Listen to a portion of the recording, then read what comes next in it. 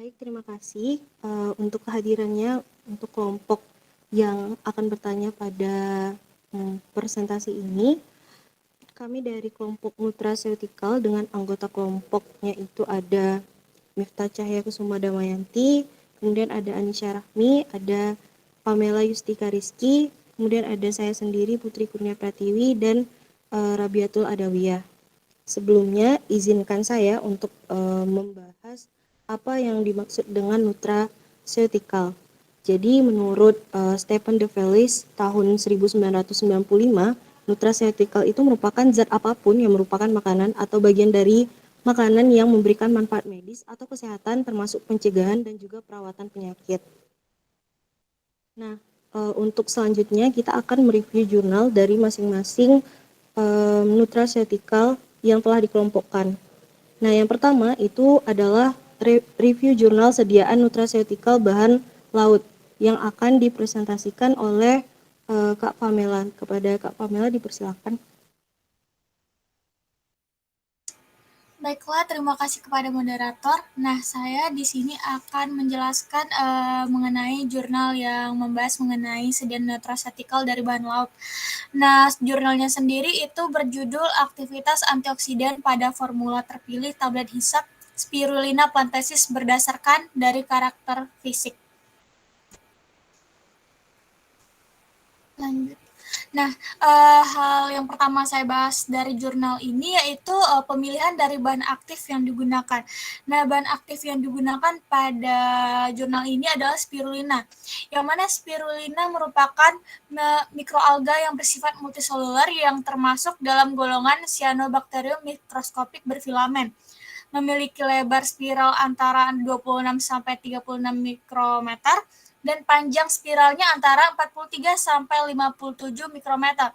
Nah, mikroalga jenis ini termasuk mikroalga yang mudah untuk dibudidayakan karena budidayanya itu dapat dilakukan di dalam ruangan maupun di luar ruangan. Nah, panennya juga cukup mudah. Nah, spirulina mempunyai kandungan nutrisi yang lengkap, memiliki komponen bioaktif, salah satunya antioksidan. Nah, spirulina mengandung antioksidan selenium, vitamin E, enzim SOD, yang dapat memperkecil resiko kerusakan yang diakibatkan oleh radikal bebas. Nah, konsumsi antioksidan dalam jumlah yang memadai dapat menurunkan kejadian penyakit degeneratif seperti kardiovaskular, kanker, aterosklerosis, osteoporosis, yang mana kecukupan asupan antioksidan tersebut dapat mengoptimalkan menghambat reaksi oksidasi dengan mengikat radikal bebas dan molekul yang reaktif yang dapat menghambat kerusakan sel. Nah, selanjutnya adalah pemilihan bentuk dari sediaan.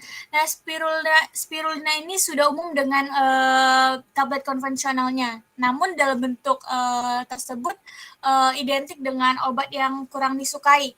Nah, oleh sebab itu perlu adanya alternatif baru agar spirulina dapat dikonsumsi oleh semua kalangan, yaitu memanfaatkan spirulina dalam bentuk sediaan tablet. Nah, menurut Utomo dan Prabu Kusuma, tablet hisap merupakan bentuk sediaan yang lebih disukai rasanya karena tablet hisap umumnya berbahan dasar yang memiliki aroma manis dan melarut dalam mulut. Selain itu, tablet hisap dapat mengatasi kekurangan yang dimiliki oleh tablet konvensional pada umumnya, seperti kesukaran menelan pada anak kecil dan orang-orang tertentu, dan penggunaan tablet hisap lebih praktis karena tidak perlu ditelan dan cukup dihisap dalam mulut saja. Nah, selanjutnya itu adalah permasalahan dalam sediaan.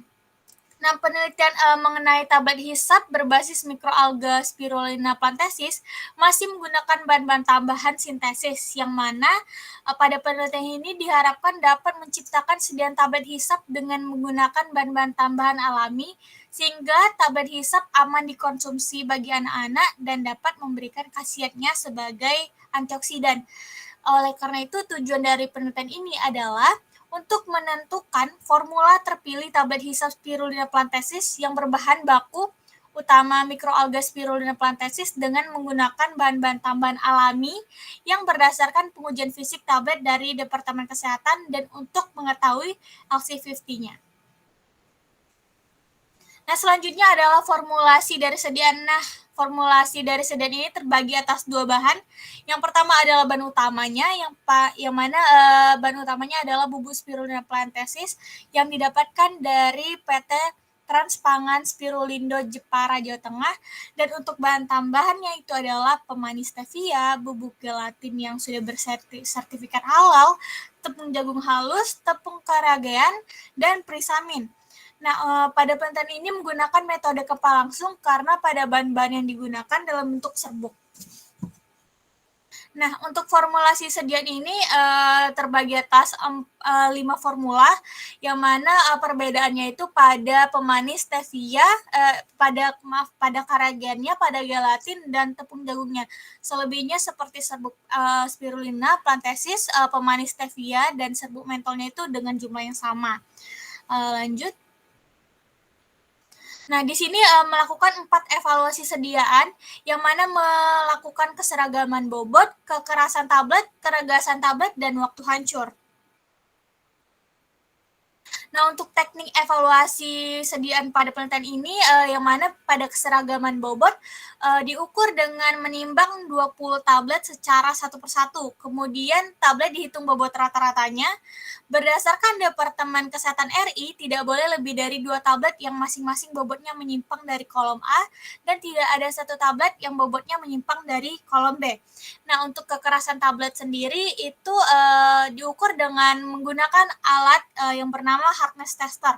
Nah, kekerasan tablet ini dinilai dengan satuan kilogram per sentimeter kuadrat atau kp.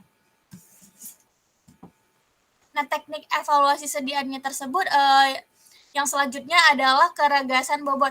Nah, metode keregasan tablet ini dihitung sebanyak 20 tablet ditimbang lalu dimasukkan ke dalam alat uji keregasan tablet. Alat diset kecepatan 25 rpm selama 4 menit, dan setelah itu tablet dikeluarkan dan dibebas debukan, kemudian ditimbang kembali lalu dihitung perbedaan bobot awal dan bobot setelah diuji. Menurut Departemen Kesehatan RI, tablet yang dikatakan baik memiliki keregasan tablet kurang dari 1%. Nah, sedangkan yang terakhir adalah waktu hancur. Uji ini dilakukan menggunakan metode Lamat et al. Nah, yang selanjutnya itu adalah evaluasi spesifik, yang mana evaluasi spesifik pada penelitian ini adalah uji fitokimia dan uji antioksidan pada kandungan sediaan tersebut. Nah, menurut Koch et al, fitokimia pada dasarnya dibagi menjadi 2 kelompok, yaitu yang bagian primer dan sekunder.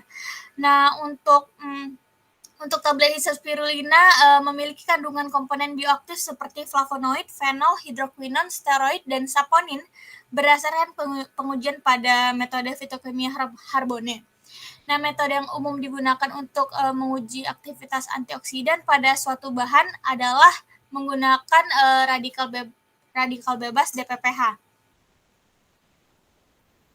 Nah, yang terakhir adalah kesimpulan dari penelitian ini adalah formula terpilih tablet hisap spirulina berdasarkan uji fisik Departemen Kesehatan RI memiliki tingkat kekerasan yang tinggi jika dibandingkan dengan formulasi tablet yang lain, walaupun tidak memenuhi standar.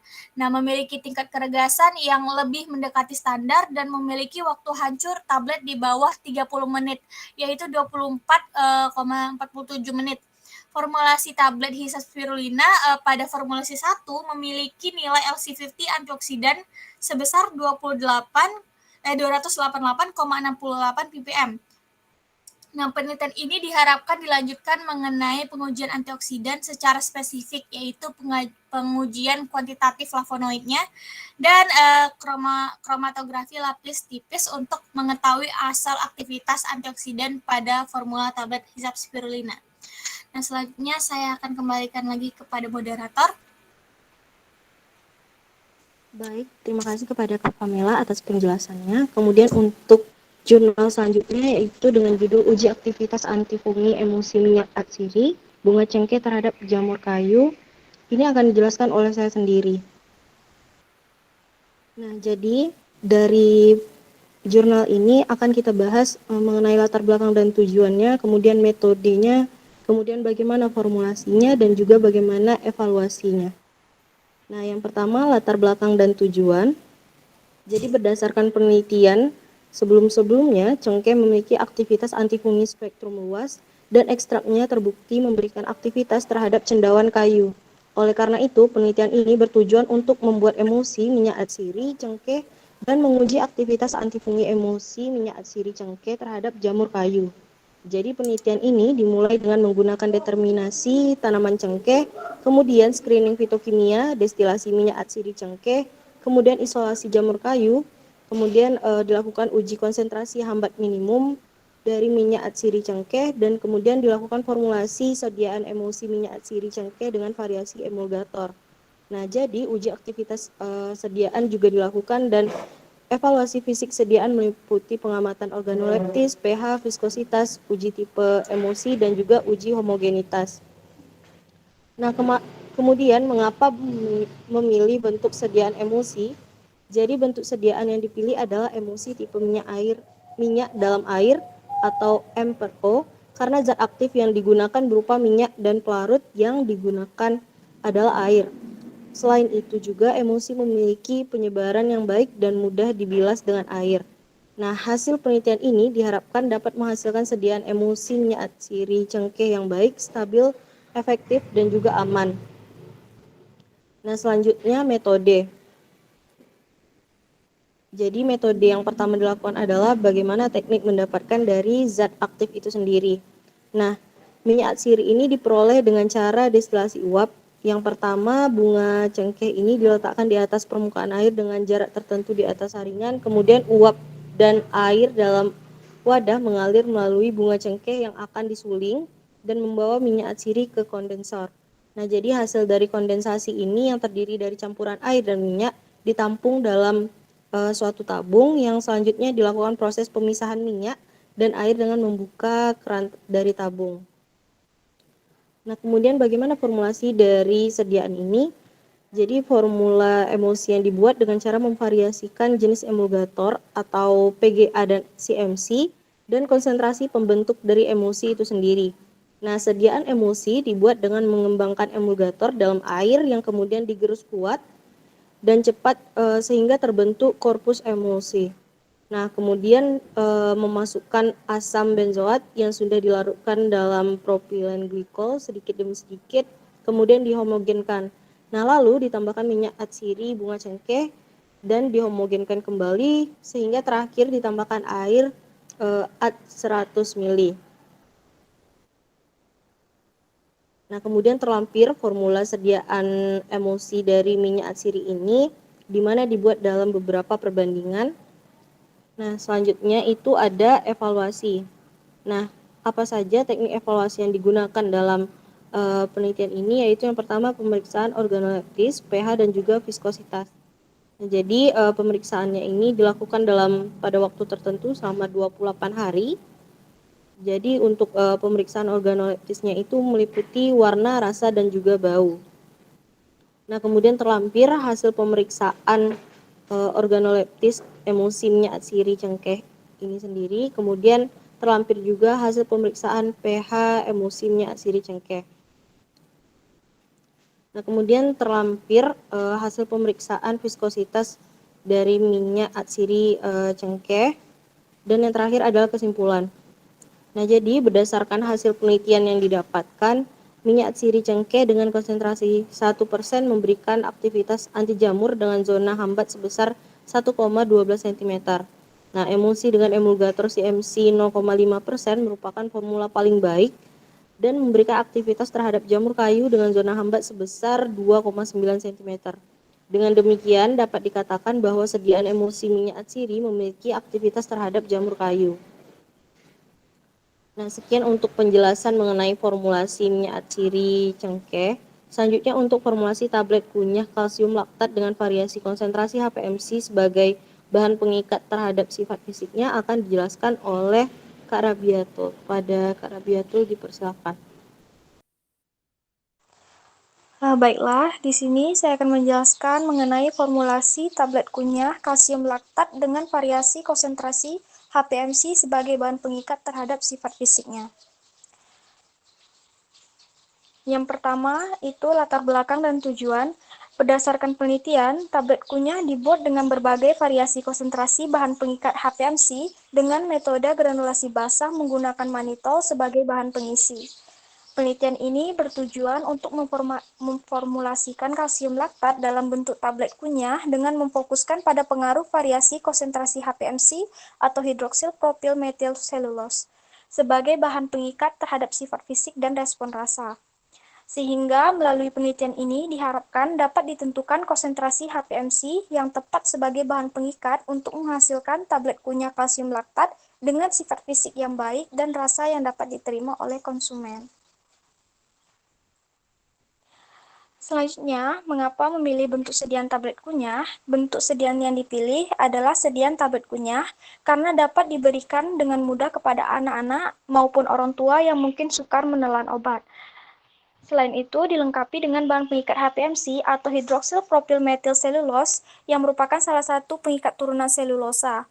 Selain itu, kalsium laktat dibuat dalam bentuk tablet kunyah yang dimaksudkan untuk dikunyah dapat memberikan residu dengan rasa enak dalam rongga mulut, mudah ditelan, dan tidak meninggalkan rasa pahit atau tidak enak.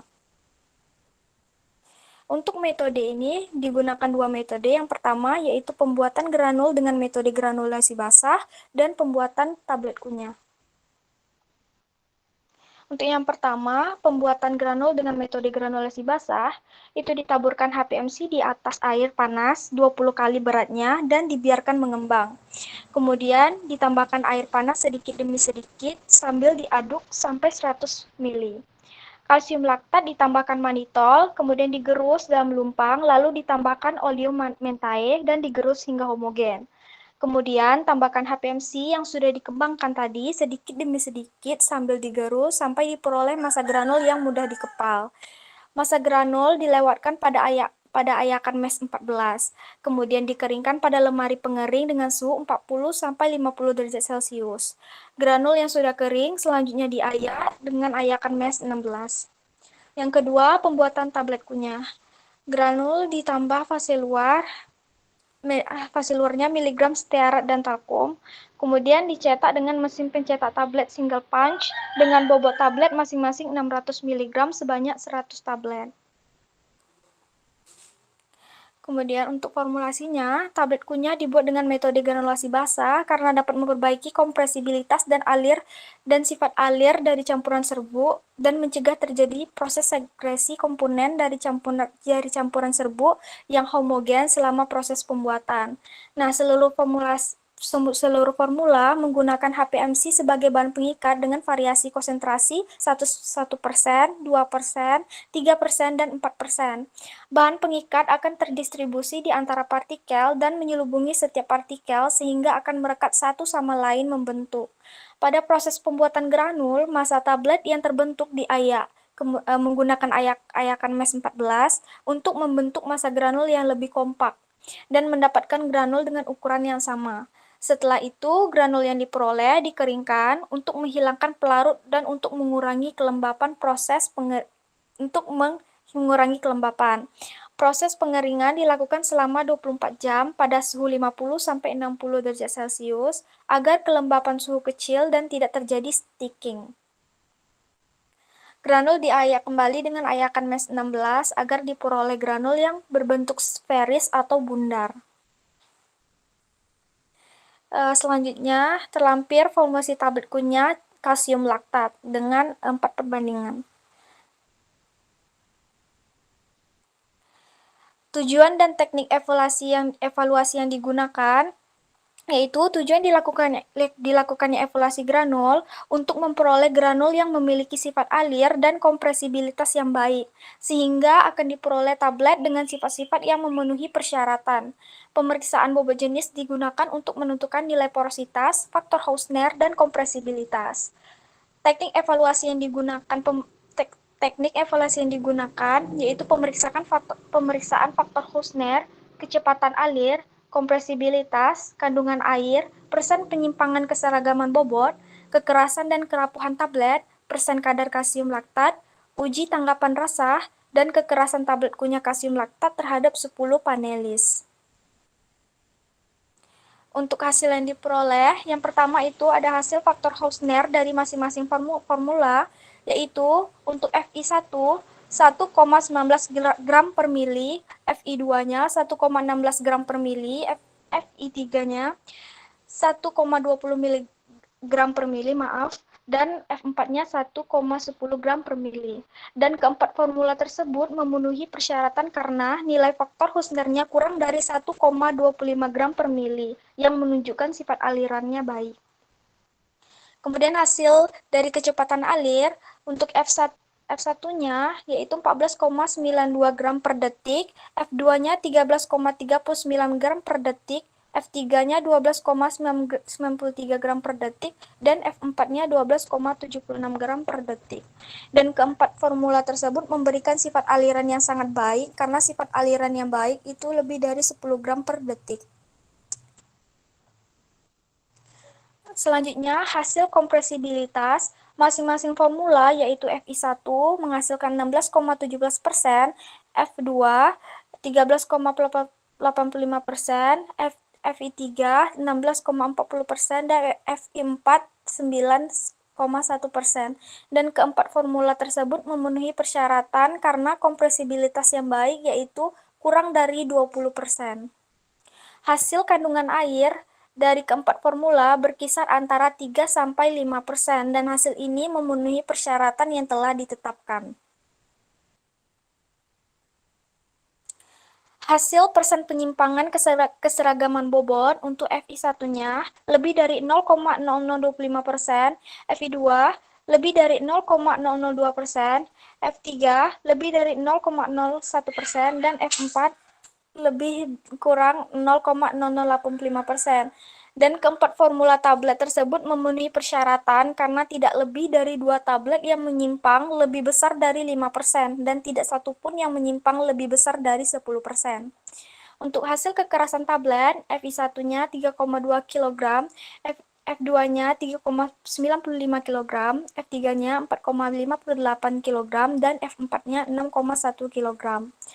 Untuk hasil kerapuhan tablet, F1-nya 1,13%, F2-nya 0,64%, F3-nya 0,55%, dan F4-nya 0,47%. Untuk hasil kadar kasium laktat di dalam satu tablet, itu F1-nya 41,03%, F2-nya 41,03%, F3-nya 41,1%, dan F4-nya 41,11%. Untuk hasil kadar kalsium laktat dalam satu tablet terhadap kadar zat aktif dan formula, diperoleh hasil yaitu F1-nya sama dengan 98,46%, F2-nya 98,46%, dan F3-nya 98,66%, dan F4-nya 98,66%. Dan untuk hasil uji tanggapan rasa dan kekerasan tablet kunyah kalsium laktat dari keempat formula yang dilakukan terhadap 10 panelis secara statistik menggunakan metode Kruskal-Walsh, H hitung lebih kecil dari H tabel, maka F2 lebih disukai daripada F1, F3, dan F4. Berdasarkan hasil yang telah didapatkan, seluruh hasil tersebut memenuhi persyaratan dan sesuai persyaratan yang diperoleh. Kemudian, untuk kesimpulannya, berdasarkan penelitian yang telah dilakukan, dapat diambil kesimpulan bahwa semakin besar konsentrasi HPMC sebagai pengikat, maka semakin besar kekerasan tablet dan kerapuhan tablet menjadi menurun. Dan hasil uji terhadap panelis dari keempat formula secara statistik dengan menggunakan metode Kruskal-Walsh, FI2 lebih disukai daripada FI1, F3, dan F4. Sekian yang dapat saya jelaskan. Terima kasih, saya kembalikan kepada moderator. Baik, terima kasih untuk Kak Rabiatul. Untuk jurnal selanjutnya dengan judul Formulasi Yogurt Probiotik Karbonasi dan Potensi Sifat Fungsionalnya akan dijelaskan oleh Miftah Cahya Kusuma Damayanti. Kepada Miftah, dipersilakan.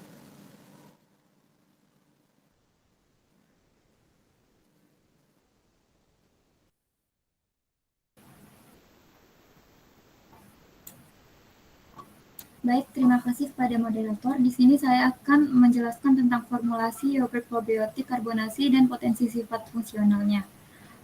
Yang pertama yaitu latar belakangnya. Industri minuman selalu berkembang dari masa ke masa. Banyaknya jenis minuman di pasaran membuat konsumen memiliki banyak pilihan. Salah satunya ada minuman soft drink seperti minuman berkarbonasi lebih banyak dikenal masyarakat pada umumnya dan cukup mendominasi pasar minuman yang ada. Minuman karbonasi memberikan efek yang segar setelah mengkonsumsinya uh, karena terbentuknya asam karbonat yang memberikan efek sparkle, sehingga memberikan sensasi gigitan atau bite yang saat dikonsumsi. Dalam rangka pengembangan produk, inovasi formula pembuatan yogurt probiotik, karbonasi, dan evaluasi terhadap sifat fungsionalnya menjadi penting untuk dikaji. Penelitian ini bertujuan untuk mendapatkan formula optimum yogurt probiotik karbonasi, lalu menguji karakteristik fungsional berdasarkan ketahanannya terhadap pH lambung dan garam empedu, serta mengkaji daya terimanya secara sensori. Lalu, apa sih alasan menggunakan bahan aktifnya? Jadi, pengembangan produk yogurt dengan penambahan bahan-bahan dapat meningkatkan nilai fungsionalnya. Salah satunya dengan penambahan probiotik yang akan menambahkan efek kesehatan dalam saluran pencernaan. Probiotik sendiri adalah mikroorganisme hidup yang ketika dikonsumsi dalam jumlah cukup akan memberikan manfaat kesehatan bagi penggunanya. Yogurt probiotik memiliki beberapa keunggulan seperti mampu menurunkan tekanan darah, dan dapat meningkatkan kekebalan dan menurunkan kolesterol tubuh. Selanjutnya yaitu ada pembuatan yogurt probiotik yang telah dilakukan oleh Kamine dan Robinson pada tahun 99. Caranya yaitu pada susu skim dipasteurisasi dengan suhu 80 derajat Celcius selama 30 menit dalam panci double wall. Lalu susu didinginkan dalam wadah hingga suhu 37 derajat Celcius dan diinokulasi starter yogurt probiotik komersial bubuk yang terdiri atas Streptococcus thermophilus, Lactobacillus derblucui, Subs bulgarius, Bifidobacterium lactis, Lactobacillus acidophilus, yang sediaannya yaitu ada Yomix TM ke dalam susu sebanyak 0,02 gram per liter susu.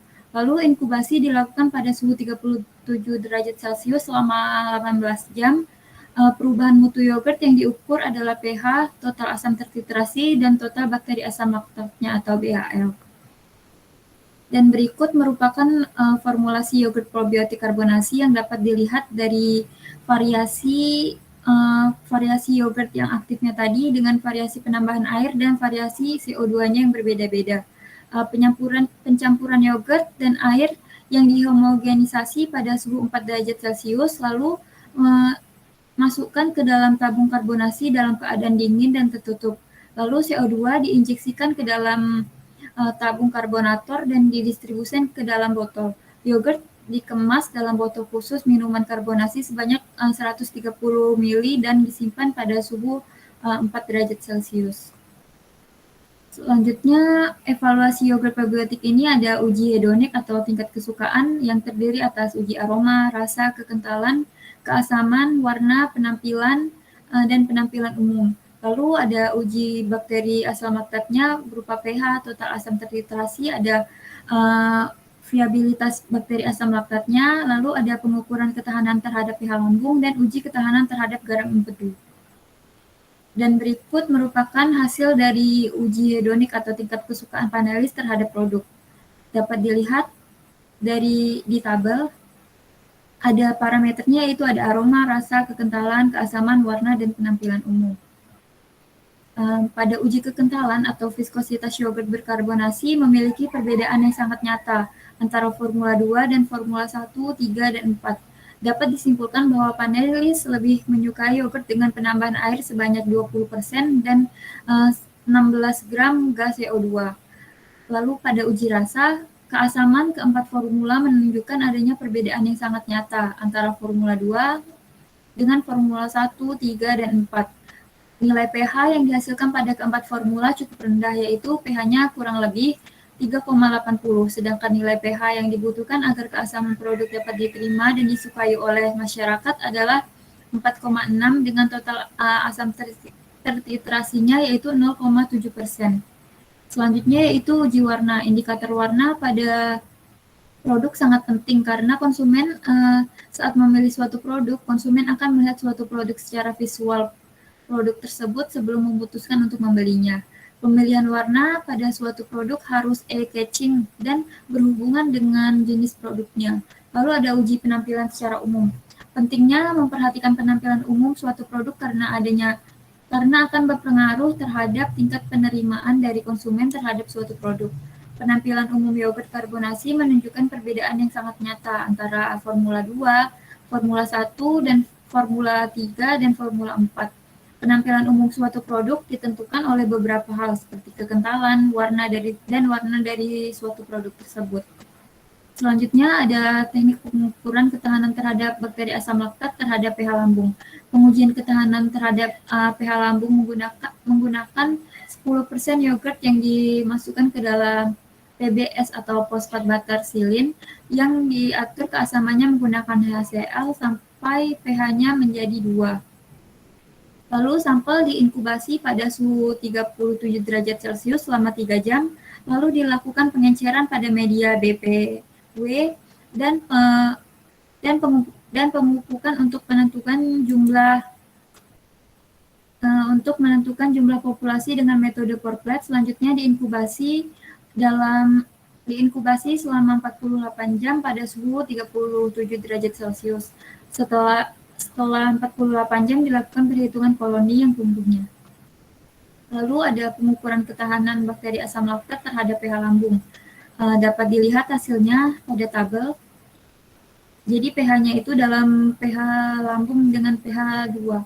Hasil penelitian menunjukkan bahwa formula terpilih mampu bertahan pada pH lambung dengan total bakteri asam laktatnya sebesar 8,07 kurang lebih 0,28 pada Formula 1 dan 0,09 kurang lebih 0,39 pada Formula 2. Yogurt yang digunakan mengandung bakteri probiotik yang mampu bertahan pada pH lambung. Menurut Jacobsen et al. Semua bakteri yang berhasil bertahan pada kondisi pH rendah, maka bakteri tersebut dinyatakan bersifat tahan atau resisten terhadap asam. Selanjutnya yaitu ada teknik pengukuran ketahanan bakteri asam laktat terhadap garam empedu. Uji ketahanan terhadap garam empedu dengan menyesuaikan kadar garam empedu pada saluran pencernaan, yaitu dengan menggunakan bile salt sebanyak 0,3% B per V dalam media BPS basal dengan pH 7,2 yang telah disterilisasi pada suhu 121 derajat Celcius selama 15 menit. Lalu inokulasi yogurt pada media BPS lalu diinkubasi pada suhu 37 derajat Celcius selama 24 jam. Setelah 24 jam dilakukan perhitungan koloni yang mampu bertahan pada garam empedu. Pengujian dilakukan sebanyak 3 kali ulangan dengan setiap ulangan 20.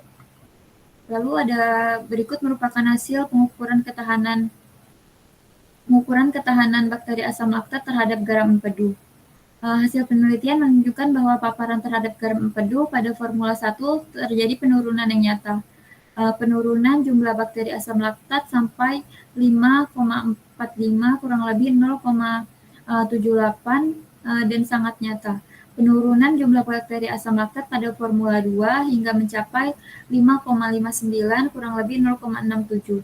Pada penelitian sebelumnya menunjukkan hasil yang sama, yaitu terjadi penurunan populasi bakteri asam laktat pada yogurt probiotik mencapai 5,1 pada kondisi 0,3 bile salt. Lalu kesimpulannya pada jurnal ini yaitu penambahan air hingga 40% dan CO2 sebanyak 16 gram pada yogurt masih dapat mempertahankan jumlah bakteri asam laktat pada kondisi 8. Berdasarkan uji organoleptiknya, jumlah bakteri asam laktat selama penyimpanan maka terpilih Formula 1 dan Formula 2.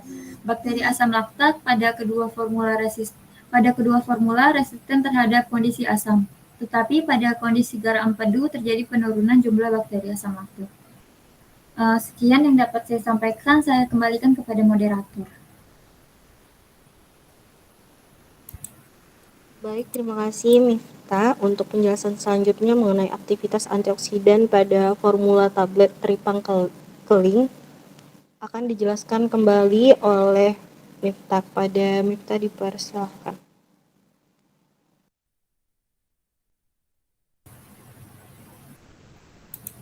Baik, terima kasih kepada moderator. Saya akan melanjutkan lagi tentang aktivitas antioksidan pada formula tablet tripangkeling. Latar belakang dari penelitiannya yaitu masyarakat kini mulai peduli terhadap kesehatan dan mulai menjalankan pola hidup sehat dengan mengkonsumsi suplemen yang bermanfaat bagi tubuh. Pilihan yang paling mudah untuk masyarakat adalah mengkonsumsi antioksidan sintetis karena dianggap lebih praktis, tetapi antioksidan sintetis tersebut memiliki efek yang toksik. Berdasarkan kebiasaan masyarakat inilah, maka dibutuhkan sumber antioksidan yang mudah dikonsumsi serta aman untuk tubuh. Penelitian ini dilakukan formulasi tablet dengan penambahan tepung tripangkeling. Apa alasan menggunakan bahan aktifnya? Jadi, potensi sifat bioaktif yang dimiliki oleh tripangkeling ini dapat dimanfaatkan sebagai bahan baku di bidang biofarmaka. Pengembangan untuk dapat mengembangkan potensi dari tripangkeling ini adalah suatu produk yang dapat mengatasi permasalahan rasa pada tripang ini tanpa menghilangkan manfaat dari tripang itu sendiri. Bentuk produk yang cocok pada masalah ini adalah bentuk sediaan tablet. Tablet sendiri merupakan bentuk sediaan yang praktis, banyak ditemui dan mudah dibawa dan dapat menyamarkan rasa dan mudah diproduksi secara lebih serta lebih aman dari penambahan bahan-bahan lainnya. Selanjutnya saya kembalikan kepada moderator.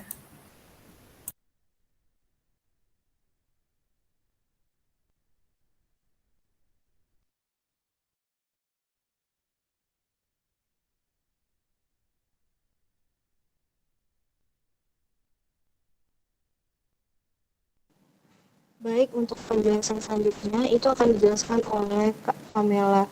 Pada Kak Pamela dipersilakan, Kak. Baiklah, terima kasih kepada moderator. Selanjutnya saya akan melanjutkan pemaparan jurnal yang sudah disampaikan oleh Miftah tadi. Nah, di sini saya akan menjelaskan tentang preparasi bahan baku dan pembuatan serbuk tripangkeling.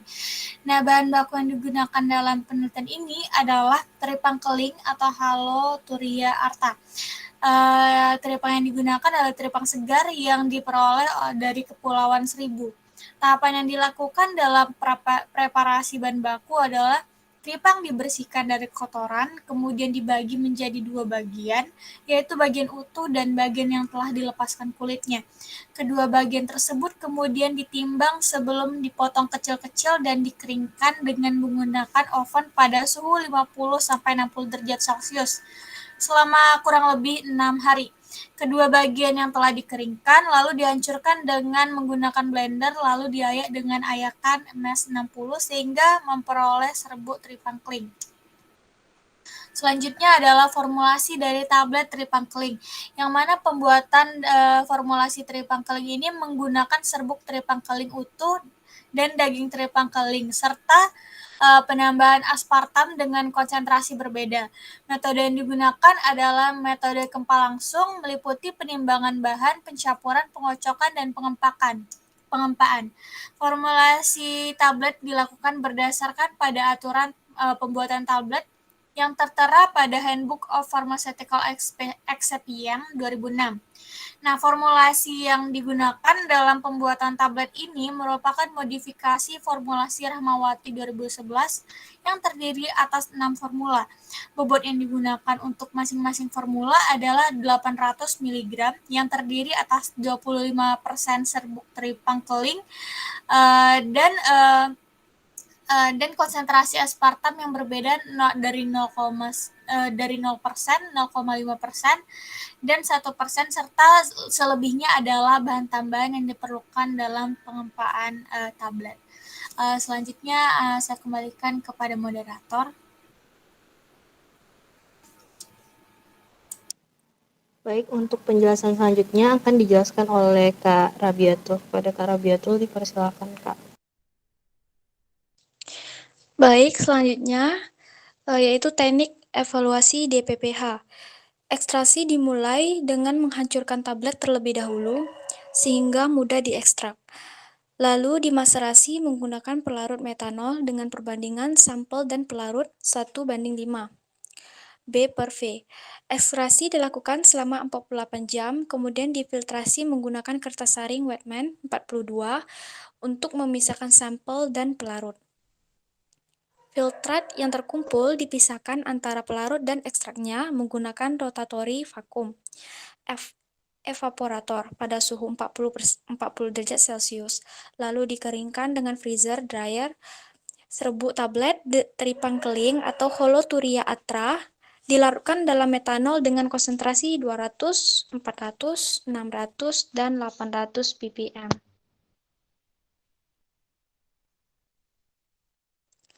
Larutan antioksidan pembanding vitamin C digunakan sebagai pembanding dan kontrol positif. Dibuat dengan cara dilarutkan dalam pelarut metanol dengan konsentrasi 2, 4, 6, 8, dan 10 ppm. Larutan DPPH yang akan digunakan dibuat dengan melarutkan kristal DPPH dalam pelarut metanol dengan konsentrasi 1 mikrometer. Larutan ekstrak dan larutan antioksidan pembanding vitamin C yang telah dibuat masing-masing diambil 4,5 mm dan direaksikan dengan 500 mikroliter larutan DPPH 1 mm dalam tabung reaksi yang berbeda dan telah diberi label. Campuran diinkubasi pada suhu 37 derajat Celcius selama 30 menit dan diukur absorbansinya menggunakan spektrofotometer UV vis pada panjang gelombang 517 nanometer. Absorbansi dari larutan blanko juga diukur untuk melakukan perhitungan persen inhibisi. Selanjutnya, teknik evaluasi KLT. Plat KLT silika di oven pada suhu 10 derajat Celcius selama 10 menit. Membuat kombinasi pelarut eluen campuran dari aseton, metanol, N-heksana 1/2 banding 1/4 banding 1/4.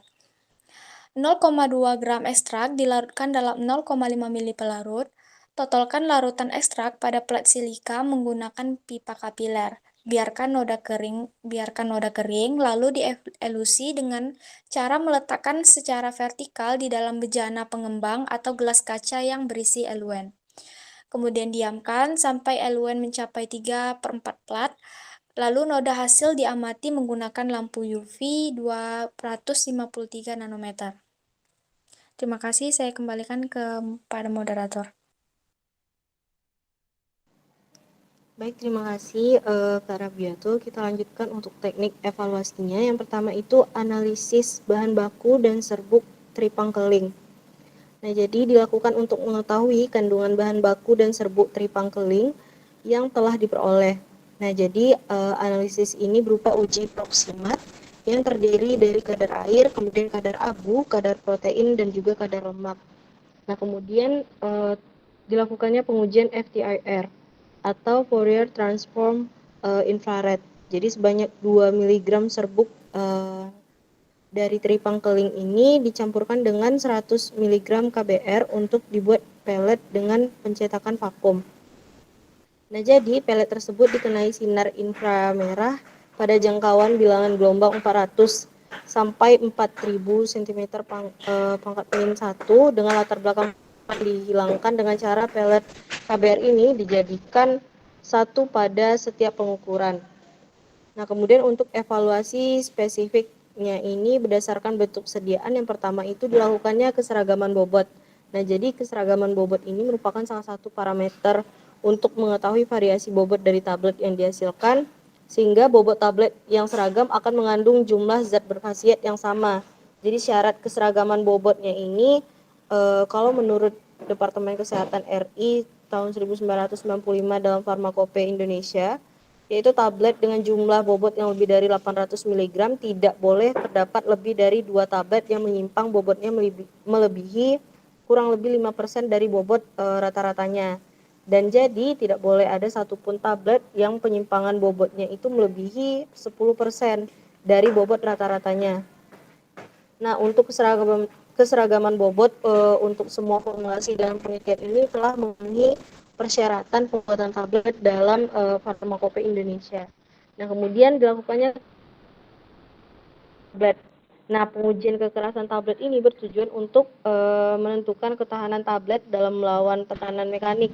Jadi misalnya goncangan, kemudian kikisan, kemudian keretakan tablet selama pembungkusan, kemudian pengangkutan dan pemakaian, dan juga hasil dari kekerasan tablet ini terlihat ada 3 formulasi yang tidak memenuhi standar, yaitu formulasi A1, B1, dan juga B2.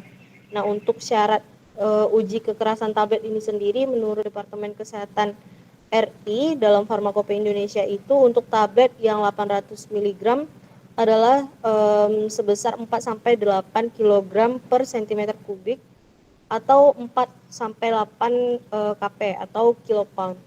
Nah, untuk penjelasan selanjutnya akan dijelaskan oleh Anisya Rahmi dan dilanjutkan dengan penjelasan mengenai formulasi nutraceutical gummy candies sari buah belimbing ulu. Kepada Anisya Rahmi dipersilakan. Baiklah, terima kasih moderator. Saya akan lanjutkan penjelasannya, yaitu evaluasi spesifik berdasarkan bentuk sediaan. Yang pertama adalah keregasan tablet. Friabilitas atau keregasan tablet ini merupakan parameter lain untuk mengukur kekuatan tablet. Keregasan tablet ini adalah persen bobot yang hilang setelah tablet diguncang. Hasil analisis statistik menunjukkan bahwa perlakuan bahan baku dan aspartam tidak memberikan pengaruh nyata terhadap nilai kekerasan tablet. Hal ini disebabkan oleh penggunaan bahan pengikat LHPC menunjukkan daya ikat yang baik sehingga menghasilkan tablet yang memiliki nilai keregasan yang rendah. Menurut Depkes RI, tablet yang baik itu memiliki nilai keregasan kurang dari 1%. Tablet yang baik itu memiliki nilai keregasannya kurang dari 1% dan hasil uji keregasan menunjukkan bahwa semua formulasi sesuai dengan syarat keregasan, yaitu persentase keregasannya kurang dari 1%. Selanjutnya adalah waktu hancur.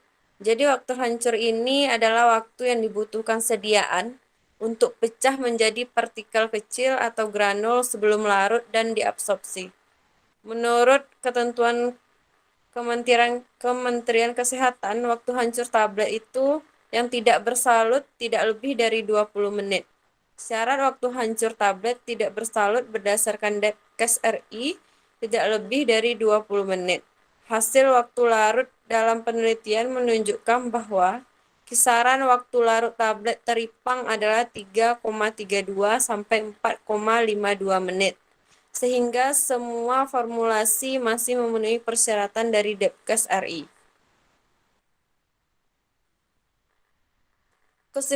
Kesimpulannya adalah rendemen serbuk teripang baik pada serbuk teripang utuh 10,26% dan serbuk daging teripang itu 9,82%.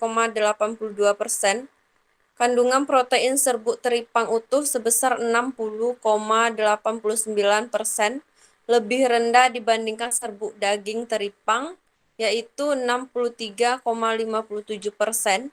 Formula terpilih dari tablet teripang keling berdasarkan uji karakteristik fisik dan uji stabilitas masa simpan tablet adalah formula A2, yaitu formulanya ada serbuk teripang utuh, asedisol, LHPC, aspartam, mentol, magnesium stearat, laktosa, dan monitol, serta mempunyai aktivitas antioksidan dengan nilai LC50 sebesar 97,22 ppm.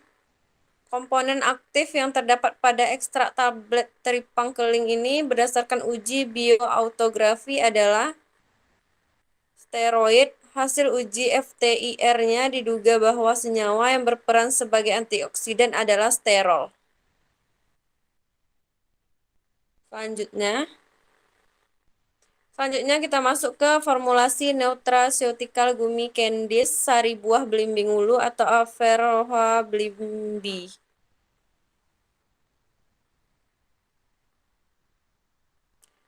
Kenapa kita harus memakai bahan aktif ulu? Jadi belimbing ulu itu merupakan tanaman yang paling banyak ditemukan di Indonesia biasanya digunakan sebagai penyedap rasa asam pada makanan dan meredakan batuk, sariawan, jerawat, dan gusi berdarah.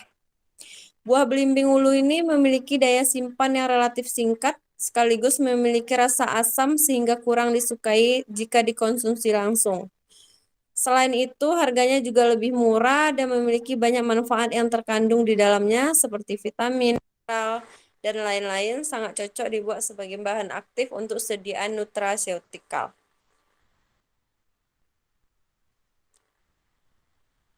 Alasan dibuat dalam bentuk sediaan permen, yaitu nutraseutikal ini yang beredar di masyarakat cenderung mahal, tidak bervariasi. Sediaan ini dalam bentuk effervescent dan minuman kesehatan, maka respon masyarakat menuntut penggunaan nutraseutikal itu yang murah dan penggunaannya praktis, khususnya membuat sediaan gummy candies dari sari buah belimbing ulu.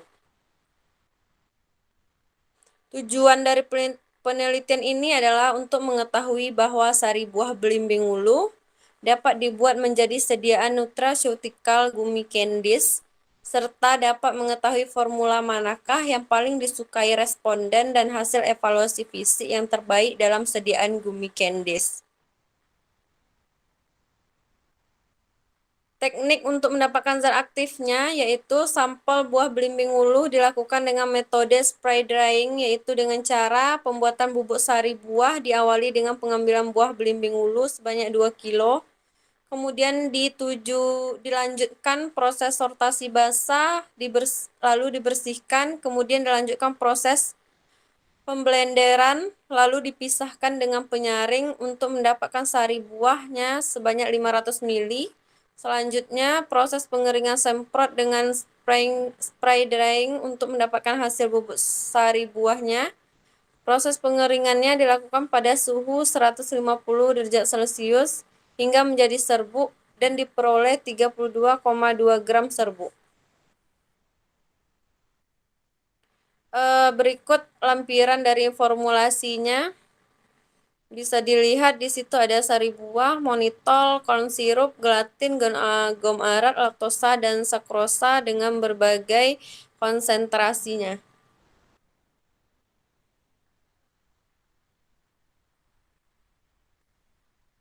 Caranya itu ditimbang monitol, sirup jagung, laktosa, sakrosa, gelatin, dan purified water sesuai perhitungan.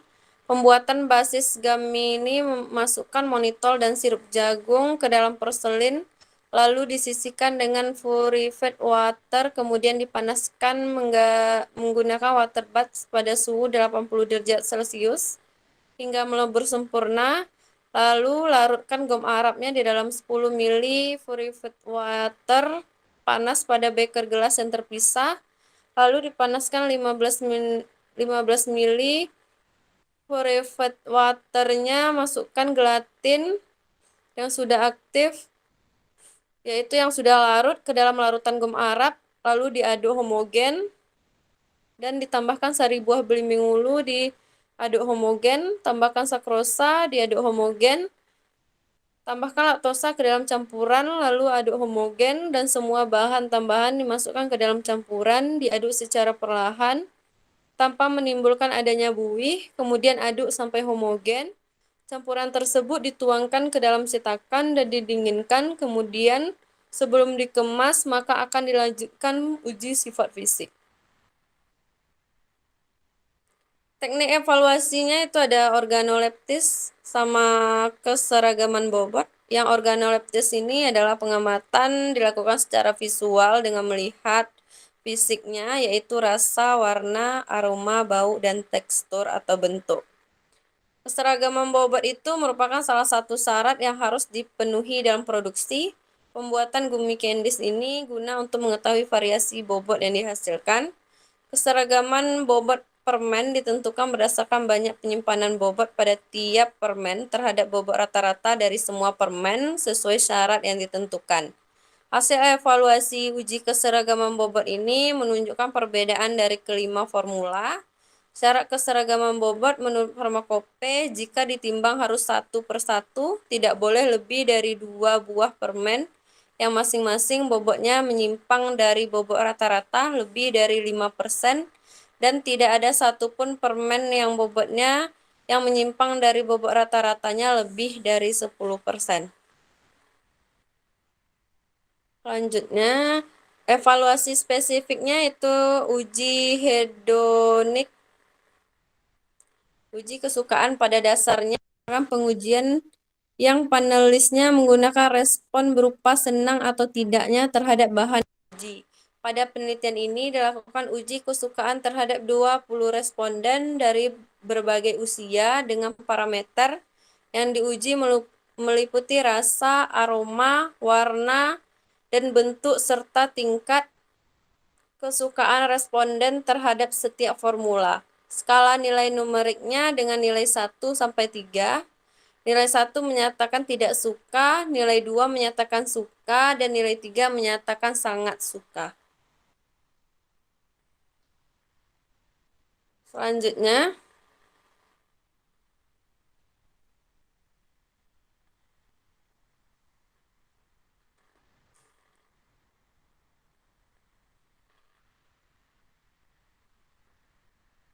selanjutnya,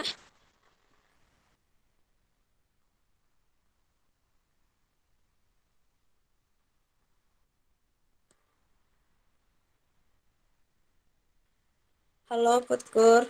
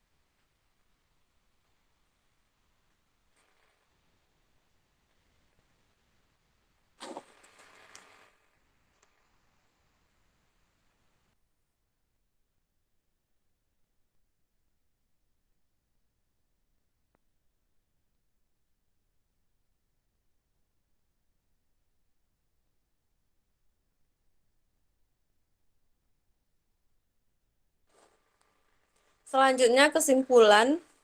Berdasarkan hasil penelitian yang telah dilakukan, maka sari buah belimbing ulu dapat diformulasikan sebagai gummy candies. Dari hasil uji hedoniknya, Formula 3 menunjukkan bahwa hasil uji yang paling disukai dari sediaan gummy candies sari buah belimbing ulu dengan kadar sukrosanya 345 mg berdasarkan parameternya warna, aroma, tekstur, dan rasa.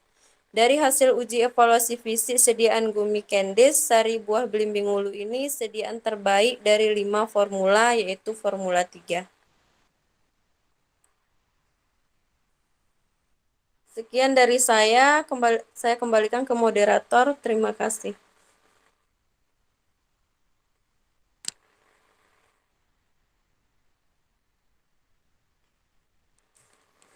Baik, terima kasih kepada Nisha Rahmi. Selanjutnya setelah presentasi mengenai jurnal-jurnal untuk kelompok yang bertanya boleh dipersilakan untuk mengajukan pertanyaannya. Baik, Assalamualaikum warahmatullahi wabarakatuh. Saya Kisana, nama saya Kisana Dagomero, NIM 2101232. Saya ingin bertanya kepada kelompok pengaji mengenai jurnal aktivitas antioksidan tentang tablet hisap spirulina. Nah, pada jurnal tersebut kan dia menggunakan metode kempal langsung. Selain dari metode kempal langsung itu ada nggak metode lain yang bisa digunakan? Dan menurut kelompok penyaji, apa kekurangan dan kelebihan dari metode kempal langsung sehingga metode tersebut dipertimbangkan dalam pembuatan tablet hisap tersebut. Terima kasih.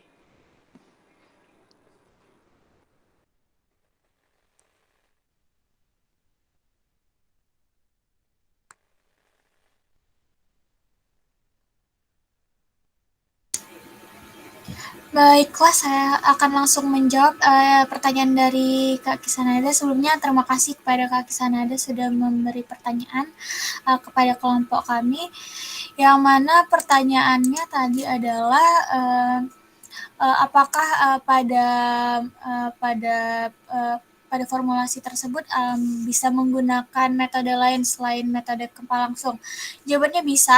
Nah, untuk tablet hisap tersebut sebenarnya mempunyai dua metode, yang mana ada metode peleburan dan metode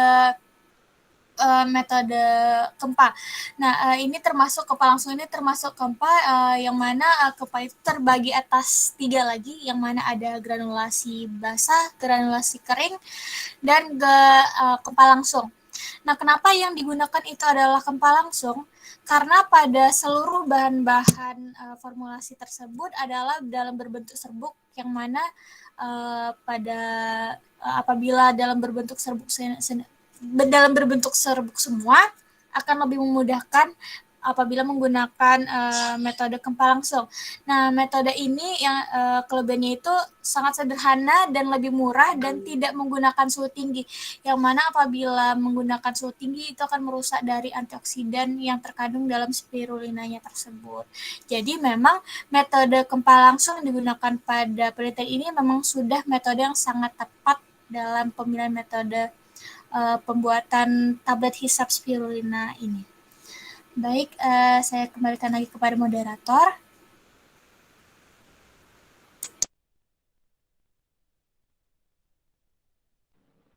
Baik, terima kasih Kak Famila.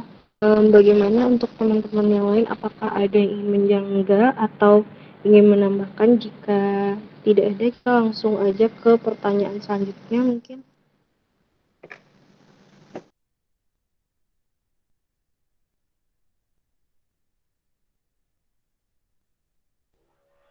Assalamualaikum. Sepertinya tidak ada. Ya, kepada Nur Hidayah Tunisa dipersilakan.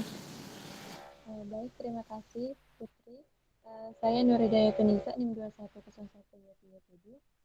Saya ingin bertanya, pada jurnal formulasi yogurt probiotik karbonasi dan potensi sifat fungsionalnya, tadi kan ada dijelaskan evaluasi total asam tertitrasi. Nah, menurut kelompok penyaji, bagaimana cara melakukan evaluasi tersebut? Terima kasih.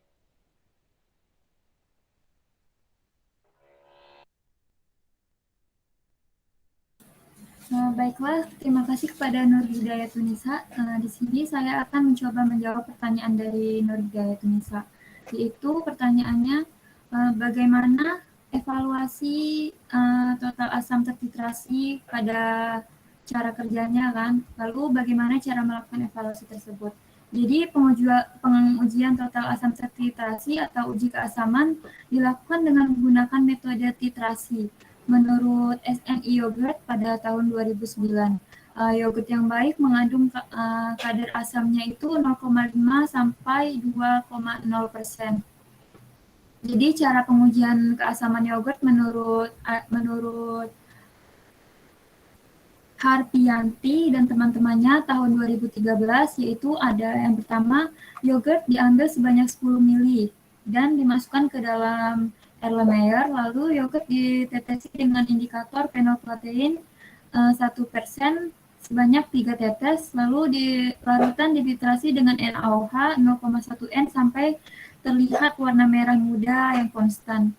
Lalu dihitung kadar asamnya dengan rumus kadar asam, yaitu V1 kali N1 dikali dengan D per V2 kali 1000 dikali 100%. Dengan F1 ini merupakan volume NaOH-nya dan F2-nya itu volume yogurtnya. N1 merupakan normalitas NaOH yaitu 0,1% dan B-nya itu bobot molekul asam laktatnya yaitu 90. Terima kasih, saya kembalikan kepada moderator.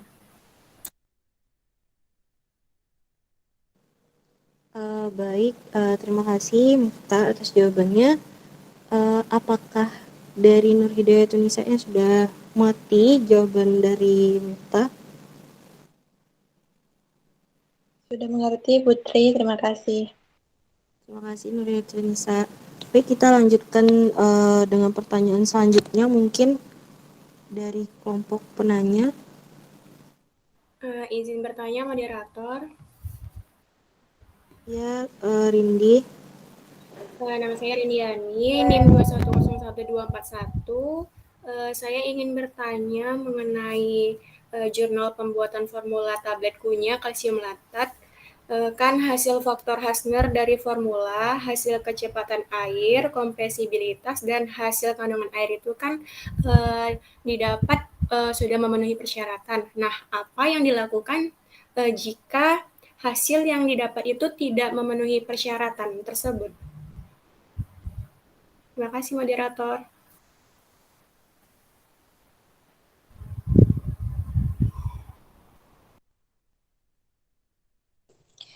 Baik, di sini saya akan langsung saja mencoba menjawab pertanyaan dari Rindiani.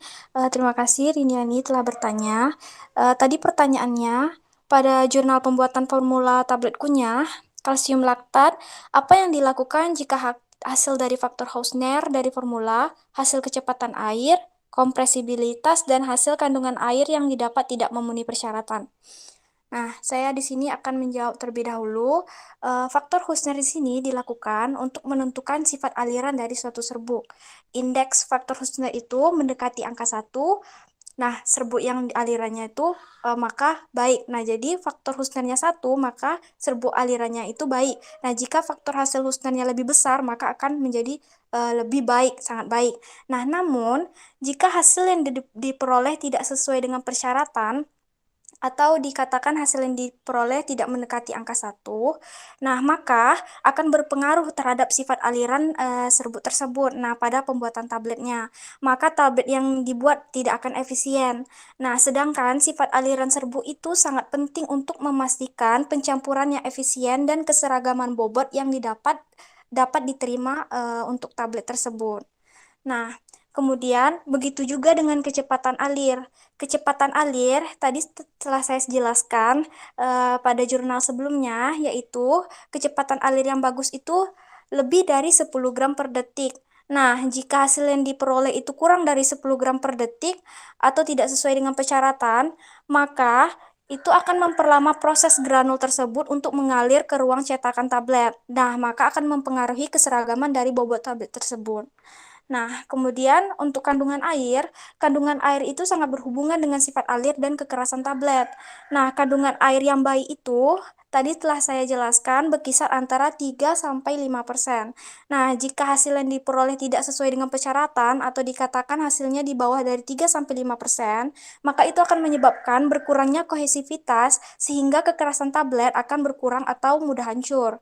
Namun, jika hasil diperoleh lebih dari 3-5% dan itu juga tidak sesuai dengan persyaratan, karena sesuai persyaratan itu hanya berkisar antara 3-5%. Nah, maka akan menyebabkan tablet menjadi sangat keras. Nah, kemudian selanjutnya untuk kompresibilitas. Nah, kompresibilitas ini juga sangat berhubungan dengan sifat aliran granul dan kekerasan tablet. Nah, persyaratan kompresibilitas itu telah saya jelaskan tadi, yang baik itu kurang dari 20%. Nah, jika hasil yang diperoleh tidak sesuai dengan persyaratan atau lebih dari 20%, maka akan berpengaruh terhadap sifat alirnya dan akan menjadi tidak baik, dan kekerasan tablet tersebut juga akan menjadi semakin keras. Nah, sekian yang dapat saya jawab. Saya kembalikan kepada moderator. Terima kasih. Baik, terima kasih Kak Rabiatul atas jawabannya. Bagaimana Rindi?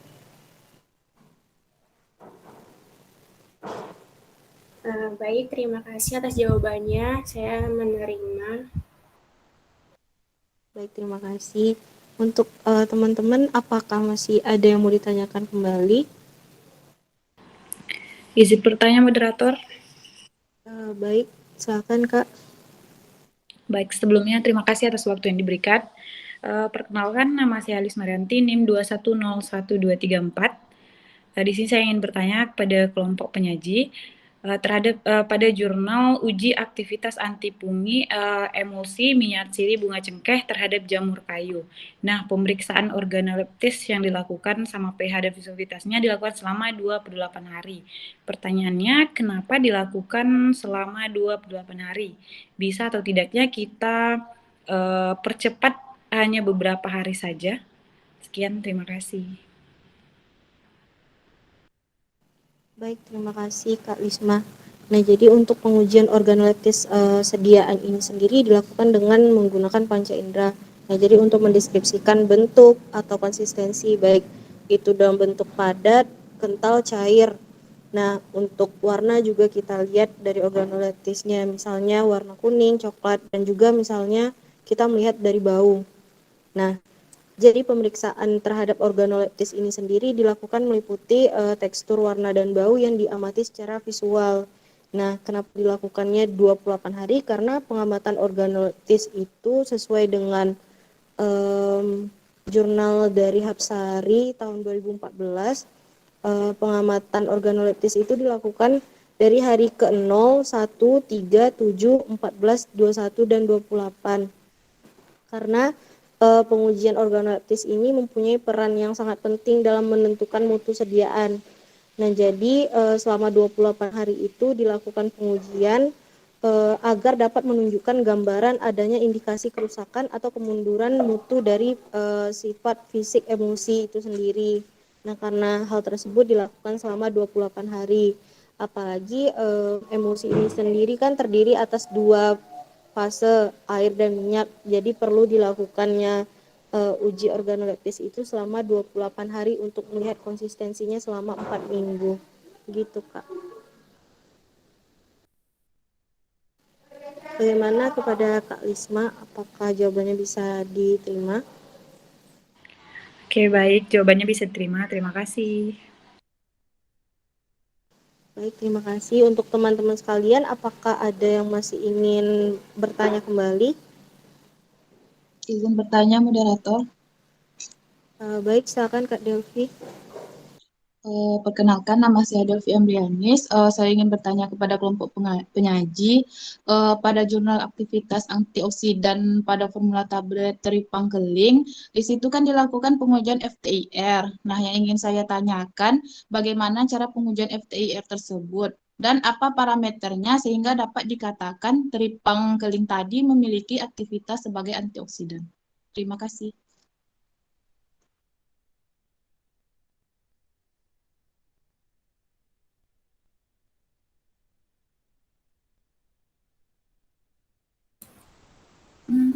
Baik, di sini saya akan mencoba menjawab pertanyaan. Pertanyaannya, pada pengujian FTIR, bagaimana cara pengujiannya dan apa parameternya sehingga dapat dikatakan teripang memiliki aktivitas sebagai antioksidan. Jadi FTIR atau Fourier Transform Infrared sendiri adalah salah satu analisis yang digunakan untuk menentukan suatu senyawa. Jadi pengujiannya itu tadi sudah dijelaskan ada pada slide. Sebanyak 2 mg serbuk dicampur dengan 100 mg KBR untuk dibuat pelet dengan pencetakan vakum. Lalu pelet tersebut disinari dengan sinar infrared pada jangkauan bilangan 400 sampai 4000 cm pangkat min 1. Lalu latar belakang penyerapan dihilangkan dengan cara pelet KBR dijadikan salah satu pada setiap pengukuran. Jadi aktivitas antioksidan standar yang digunakan sebagai pembanding pada teripang ini adalah vitamin C dengan nilai LC50-nya sebesar 3,36 ppm. Hasil pengujian aktivitas antioksidan menunjukkan tablet pada teripang memiliki aktivitas antioksidan yang kuat pada formula A2 dengan LC50-nya sebesar 97%. Jadi parameter antioksidan ini dapat dilihat pada tabel parameter antioksidan yang dibuat oleh Molilux tahun 2004. Jadi ada parameternya itu ada 5 parameter, yaitu sangat kuat dengan nilai LC50-nya kurang dari 50 dan parameter kuat dengan parameter kuat nilai LC50-nya 50 sampai 100 dan parameter sedang 100 sampai 250 dan parameter lemahnya itu ada 250 sampai 500 dan parameter tidak aktif atau tidak mengandung antioksidan yaitu lebih dari 500 ppm. Jadi dapat disimpulkan bahwa aktivitas antioksidan tripangkeling ini merupakan parameternya itu kuat, yaitu mempunyai nilai 97,22 ppm. Dan sekian yang dapat saya sampaikan, saya kembalikan kepada moderator.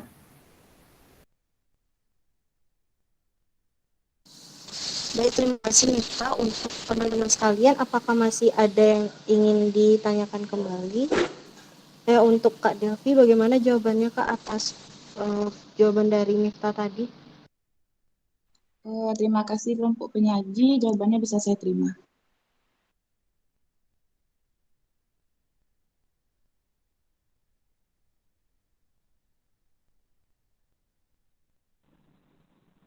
Baik, teman-teman, apakah masih ada yang ingin ditanyakan kembali?